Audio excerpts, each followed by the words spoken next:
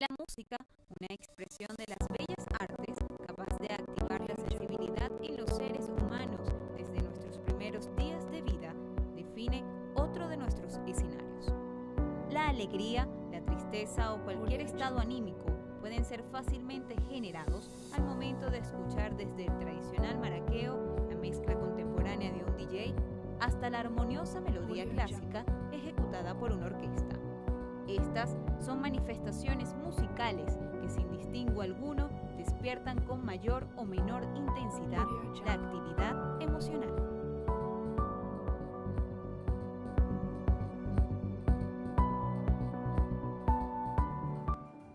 ¿Nos hemos preguntado alguna vez por qué sentimos cierta conexión con determinadas piezas musicales? O mejor, cómo diversas tonalidades son capaces de poner nuestros sentidos a flor de piel, transmitirnos buen humor o por lo contrario desanimarnos. La música es un lenguaje, ¿ok? Es un lenguaje que, como todo lenguaje, pues tiene unas convenciones, tiene unas estructuras, tiene unas formas y unas maneras, ¿no? Existen, por decirlo así, géneros musicales. Géneros musicales son formas de producción y de ejecución musical que son característicos de determinadas épocas. Entonces, para determinadas épocas vamos a tener unas maneras de construcción del discurso musical que además también está vinculado con un cierto tipo de emociones.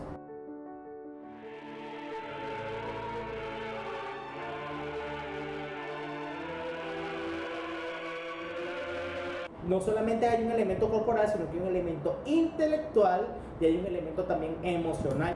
Porque la música ocurre en la idea, ocurre en el cuerpo y ocurre fundamentalmente en la audiencia, que también debe participar, que las personas se apegan a la música. De hecho, tú puedes identificar en periodos de tu vida, puedes asociar ciertos recuerdos, ciertas emociones de felicidad, de tristeza. Neurológicamente, la música desata emociones por ser una combinación de símbolos sonoros que al ser escuchados se alojan en el sistema límbico de nuestros cerebros, donde son descifrados hasta aportarles a cada uno un significado emocional. Este proceso puede ser tanto subjetivo como objetivo.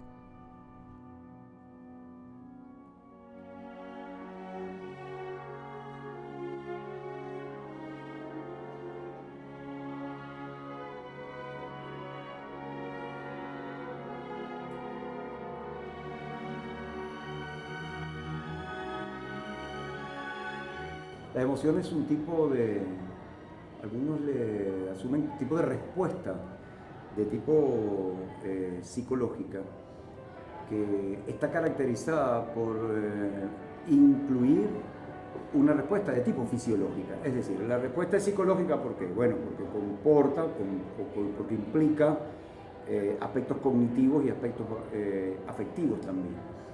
Pero las emociones básicas, lo que llamamos las emociones básicas, tienen un sustento fisiológico. Por ejemplo, la ira, por ejemplo, el amor, por ejemplo, el miedo.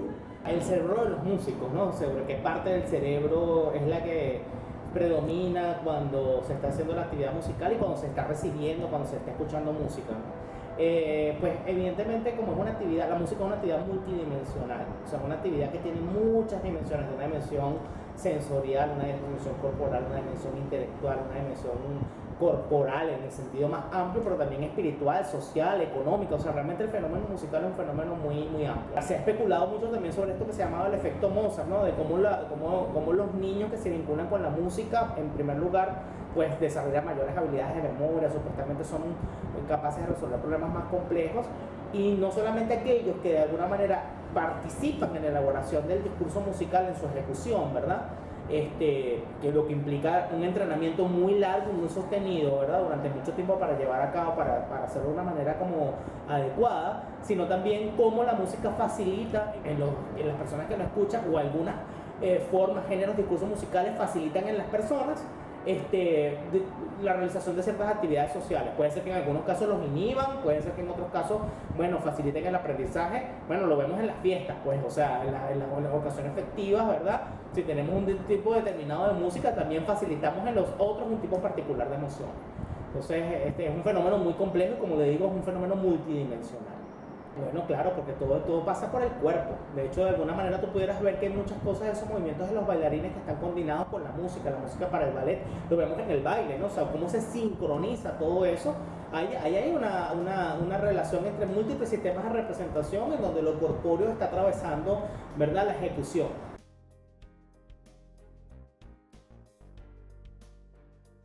Crear una composición musical o simplemente decidir utilizar algunas de ellas para determinada ocasión implica ser un proceso cargado de intencionalidad.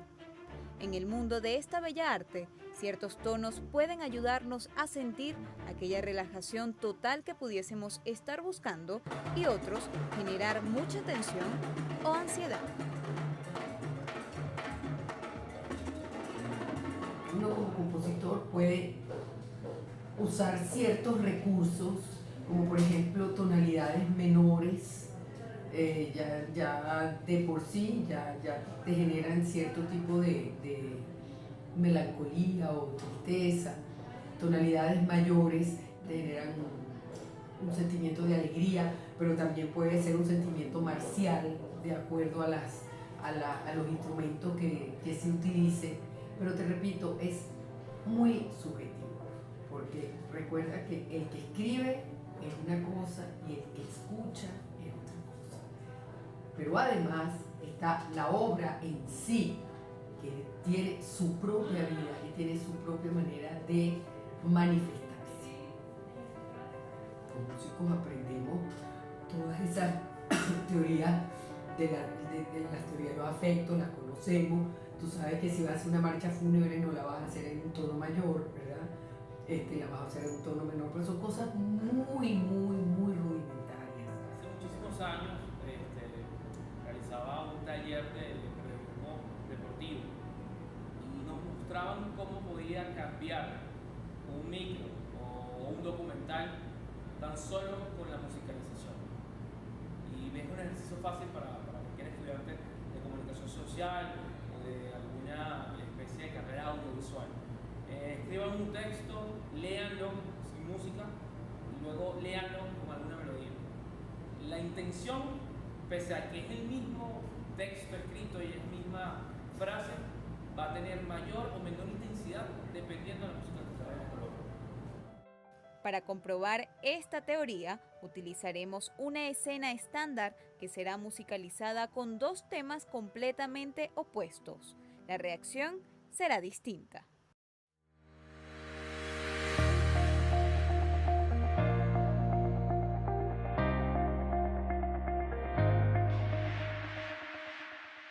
Ahora musicalizaremos con un poco de suspenso.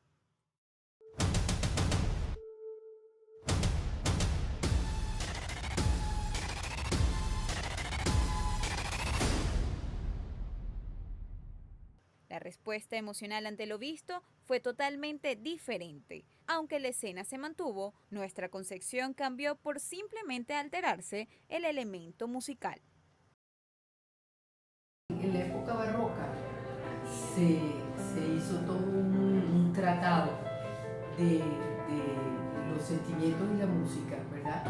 Y se hizo una teoría, se formuló una teoría que se llama la teoría de los afectos. Entonces decía que determinados sonidos, determinada combinación de sonidos, generaban en los oyentes una cantidad enorme de afectos, es decir, de sentimientos. Todavía en el siglo, a fines del siglo XIX, principios del siglo XX, hay compositores todavía tratados de distintas, digamos, sonidos simultáneos, acordes que generan, o que se cree que generan, ¿cómo se llama?, determinados sentimientos. En la época barroca había un intervalo que lo llamaban el intervalo del diablo.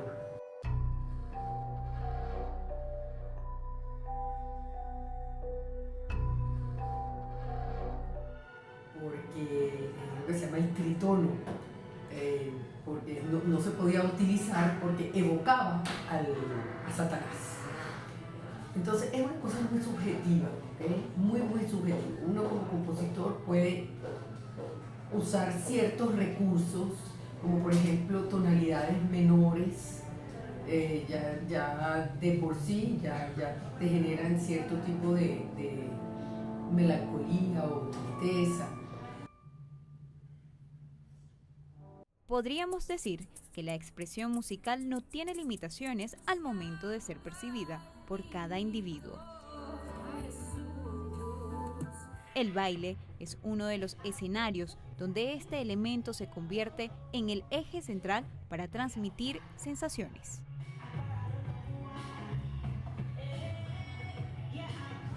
Cuando escucho música siento demasiadas cosas porque también depende de la música. Hay canciones que te pueden poner triste, que te recuerdan un momento de felicidad que ya no va a pasar o un momento de tristeza. Hay canciones que tú las escuchas ahí mismo, tú quieres bailar, quieres disfrutar, quieres estar en un bochinche con tus amigos o con cualquier persona. Y siento que la música también te hace sentir libre. Creo que las personas que cuando escuchan música, sienten que pueden hacer lo que quieran, que puedan llorar, puedan reírse, puedan abrazarse, puedan besarse, porque la música es libertad. La música podría definirse como un lenguaje escrito o no, con un mensaje intrínseco que, aunque deba decodificarse, cualquier individuo podría entenderlo y relacionarlo con cualquier emoción. Pero indudablemente hay una conexión directa absolutamente entre la música y las sensaciones y las emociones. Está presente en cada momento de la vida, comenzando desde los latidos del corazón hasta expandirse por el mundo para sensibilizar. Las personas se apegan a la música.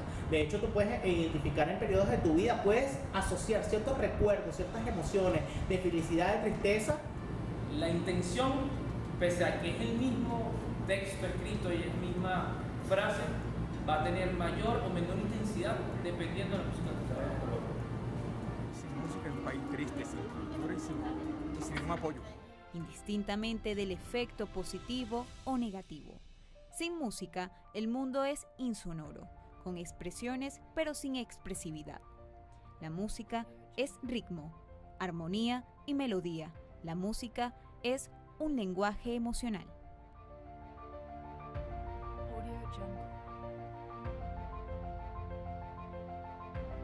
Música, la persona se alegra, hay otra persona que se entristece, hay otra persona que le llama recuerdo, otra persona que lo incentiva a seguir adelante. Entonces, una vez más, le digo que la música es lo más grande que existe en la vida.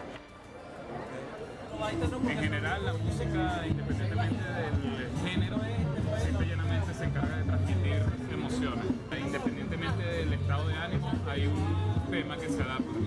Hay un artista que simplemente nos conecta y nos lleva a ese plano superior de realización.